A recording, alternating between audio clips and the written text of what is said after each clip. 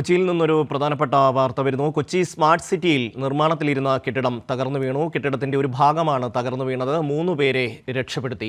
ഒരാൾ കുടുങ്ങിക്കിടക്കുന്നു. സാലി ചേരുന്നു. സാലി, എന്തൊക്കെയാണ് ഇതിന്റെ വിശദാംശങ്ങൾ?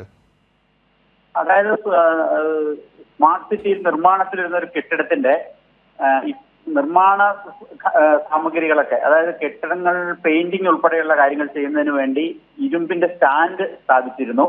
കെട്ടിടമല്ല തകർന്നു വീണത്, കെട്ടിടത്തോട് ചേർന്ന് നിർമ്മിച്ചിരുന്ന ഇരുമ്പിന്റെ സ്റ്റാൻഡ് അത് തകർന്നു വീഴുകയായിരുന്നു. അതായത് അത് ഘടിപ്പിച്ചിരുന്നതിന്റെ എന്തെങ്കിലും സാങ്കേതിക തകരാറാവണം. കാരണം ഏതായാലും ഒരു 10 മണിയോടുകൂടിയാണ് സംഭവം നടക്കുന്നത്. ഇപ്പോ 4 പേരാണ് ഈ തട്ടയിലും താഴെയും ഒക്കെ ആയിട്ട് ആ സമയത്ത് ഉണ്ടായിരുന്നത്. അതിൽ 3 പേരെ അപ്പോൾ തന്നെ രക്ഷപ്പെടുത്തി. ഒരാൾ ഇപ്പോ പുറത്തേക്ക് എടുത്ത് കൊണ്ടുപോയിട്ടുണ്ട്. പക്ഷെ അയാളുടെ വളരെ അതീവ ഗുരുതരമാണ്. ജീവൻ രക്ഷാപ്രവർത്തനം നടത്തുന്നവർ മരിച്ചു എന്ന സംശയം പറയുന്നുണ്ട്. പക്ഷെ മരിച്ചു എന്ന് ഔദ്യോഗികമായി പറയണമെങ്കിൽ ആശുപത്രിയിലെത്തി സ്ഥിരീകരിക്കണം എന്നുള്ളതാണ്. പക്ഷെ ഇപ്പോഴത്തെ സാഹചര്യം അയാളുടെ നില വളരെ ഗുരുതരമാണ്. അപ്പം ആദ്യം കൊണ്ടുപോയ 3 പേരിൽ ഒരാളുടെ നിലയും അല്പം ഗുരുതരമാണ്. 2 പേർക്ക് കുഴപ്പമില്ല. ആകെ 4 പേരുണ്ടായിരുന്നത്. 4 പേരും ആശുപത്രിയിലേക്ക് എത്തിച്ചിട്ടുണ്ട്. അതിൽ മരിച്ചു എന്ന സംശയം ഈ രക്ഷാപ്രവർത്തനം നടത്തുന്ന ഫയർഫോഴ്സിന്റെ ഉദ്യോഗസ്ഥർ പറയുന്നുണ്ട്. അവര് അക്കാര്യത്തിൽ ഒരു അല്പസമയത്തിന് സ്ഥിരീകരണം ഉണ്ടാവും. ഏതാണ്ട് 24 നില ഉള്ളൊരു കെട്ടിടമാണ്. ആ കെട്ടിടത്തിന്റെ മുൻവശത്ത് പെയിന്റിങ്ങിനും ഗ്ലാസും ഫ്രെയിമും ഒക്കെ സ്ഥാപിക്കുന്നതിന് വേണ്ടി ഈ കൊണ്ട് ഒരു സ്റ്റാൻഡ്, വളരെ ഉയരത്തിലുള്ള സ്റ്റാൻഡ് സ്ഥാപിച്ചിരുന്നു. ദൃശ്യങ്ങളിൽ കാണുന്ന പോലെ ആ സ്റ്റാൻഡ് താഴേന്ന് ബേസ് ഇളകി താഴേക്ക് വീഴുകയായിരുന്നു. 2 പേർ ആ സമയത്ത് സ്റ്റാൻഡിലുണ്ടായിരുന്നു, 2 പേർ താഴെയുണ്ടായിരുന്നു. ആ സ്റ്റാൻഡിൽ ഉണ്ടായിരുന്ന 2 പേരും ഈ കൂമ്പാരത്തിന് മുകളിലാണ് വീണത്. അതുകൊണ്ട് തന്നെ അവർക്ക് കാര്യമായി പരിക്കില്ല. പക്ഷേ ഈ സ്റ്റാൻഡിന്റെ അടിയിലൊക്കെ തൊഴിലെടുത്തിരുന്ന 2 പേർ ഇതര സംസ്ഥാന തൊഴിലാളികളാണെന്ന് കേൾക്കുന്നു.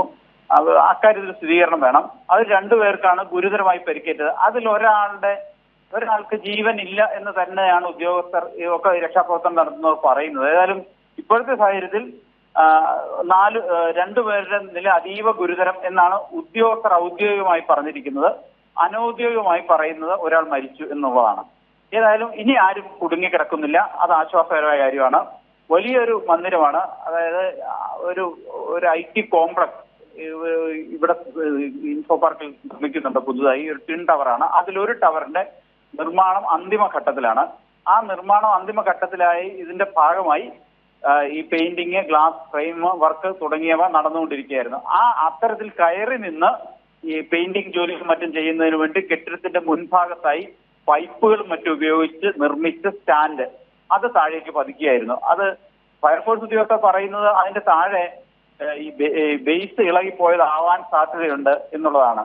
ഈ സ്റ്റാൻഡുകൾ സ്ഥാപിച്ച ഈ പൈപ്പുകൾ ഒക്കെ കൂട്ടിച്ചേർത്ത് ബോൾട്ട് ചെയ്താണ് ഈ സ്റ്റാൻഡ് നിർമ്മിച്ചിരിക്കുന്നത്. ആ സ്റ്റാൻഡിന്റെ ബേസ് ഇളകിപ്പോയി എല്ലാം കൂടെ താഴേക്ക് തകർന്നു വീഴുകയാണ് ഉണ്ടായത്.